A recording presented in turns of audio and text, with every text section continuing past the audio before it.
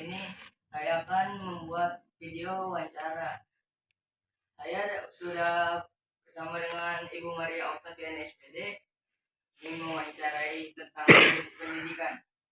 Baik, kita masuk ke sana. Ya. Nomor satu, apa yang dimaksud dengan pendidikan? Pendidikan adalah proses pengubahan sikap atau perilaku dari individu maupun kelompok dalam usaha untuk mendewasakan manusia. Baik, kita masuk ke pertanyaan kedua. Siapa yang bertanggung jawab dalam memastikan akses pendidikan untuk semua anak?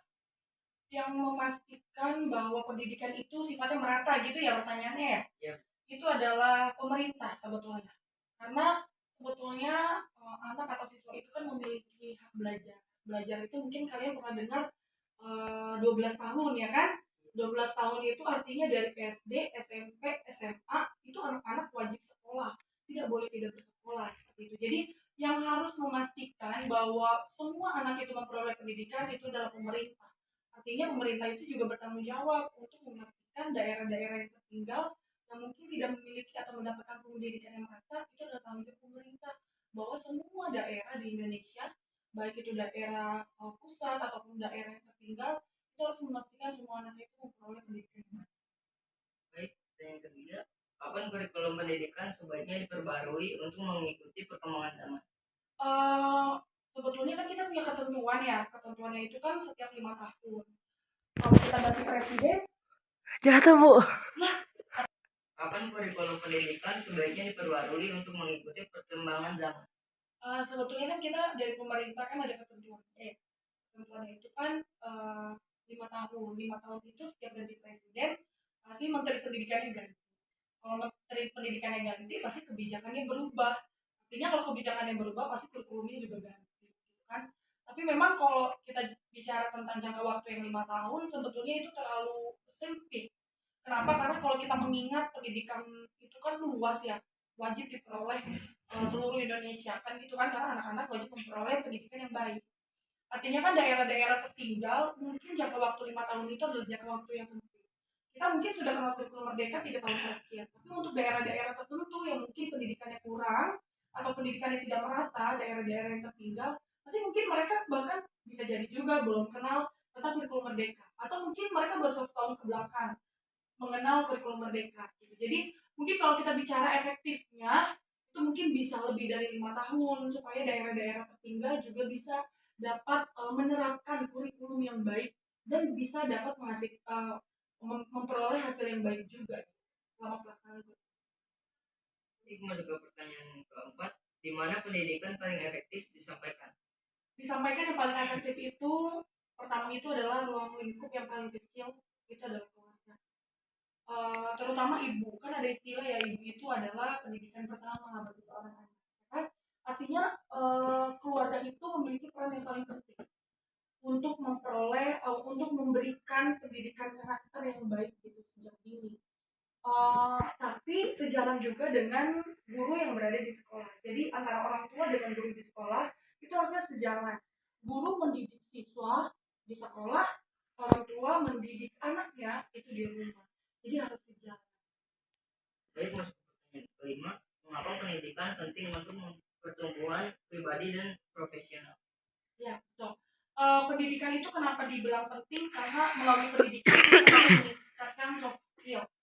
Lalu bukan cuma soft skill, kita juga bisa meningkatkan kemampuan berkomunikasi dengan orang lain melalui apa? Melalui pendidikan. Terus bisa juga meningkatkan kepercayaan diri karena kita punya ilmu, kita punya pendidikan, kita lebih percaya diri untuk memberikan ilmu kita, untuk kita berkomunikasi dengan orang lain. Kita punya rasa pede.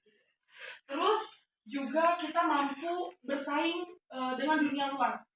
Dunia ini kan sebetulnya kan terus berkembang ya. Dunia itu kan terus adanya perkembangan zaman kan gitu kan. Nah kalau untuk orang-orang yang memiliki pendidikan itu pasti bisa bersaing dengan orang-orang di luar sana gitu untuk mengikuti perkembangan zaman. Terus membentuk kepribadian menjadi lebih baik lagi, ya kan? Karena kita punya ilmu, kita akan membentuk karakter kita juga. Terus juga bisa beradaptasi dengan orang sekitar. Karena kita punya ilmu, kita punya pendidikan yang baik, kita bisa beradaptasi dengan orang-orang sekitar kita dengan cara yang baik, dengan moral yang baik. Baik, masuk ke pertanyaan ke-6, bagaimana metode pembelajaran mengaruhi hasil belajar siswa? Metode pembelajaran mempengaruhi hasil belajar. Nah, untuk metode pembelajaran itu sangat penting dan itu sangat berpengaruh besar terhadap hasil belajar. Artinya metode yang baik atau cara mengajar yang baik, cara belajar yang baik itu akan berpengaruh terhadap hasil belajar. Dan itu disesuaikan dengan karakteristik dari peserta didiknya, disesuaikan dengan karakteristik siswanya. Mungkin dengan siswa A dan siswa B itu harus memiliki metode belajar yang berbeda untuk dia bisa dapat menyerap materinya dengan baik. Gitu. Jadi itu disesuaikan dengan pribadi siswanya masing-masing. Dan itu sangat berperan. Kalau misalkan siswa A lebih suka metode belajar dengan cara mendengarkan misalkan atau nonton video. Dengan siswa B yang mungkin dia lebih suka membaca sendiri tanpa perlu dijelaskan atau tanpa perlu menonton video. Nah, metode itu harus disesuaikan dengan karakter siswanya masing-masing. Siswa A, dia lebih bisa menyerap dengan cara nonton video. Ketika dia disuruh baca, mungkin dia akan sulit. Aduh, saya nggak biasa baca. Saya lebih suka nonton karena saya lebih suka melihat gambar. Jadi, itu disesuaikan dengan karakter siswanya masing-masing. Baik, masuk pertanyaan ketujuh. Apa tujuan utama pendidikan? Tujuan utama pendidikan itu adalah sebagai media dalam melakukan pengembangan potensi, pengembangan kemampuan, atau mencerdaskan pribadi agar siap untuk menghadapi perkembangan zaman di masa depan. Baik, masuk pertanyaan 8. Siapa yang memberikan kontribusi terbesar dalam bidang pendidikan? Kalau kita bicara kontribusi terbesar ya, kalau kontribusi terbesar mungkin kita bicara tentang pejuang-pejuang masa lalu ya. Karena sebetulnya kalau kita bicara tentang sekarang, zaman sekarang kan sebetulnya sudah meneruskan perjuangan di masa lalu kan gitu ya. Sudah ada nih ketetapannya, oh pendidikan itu seperti ini.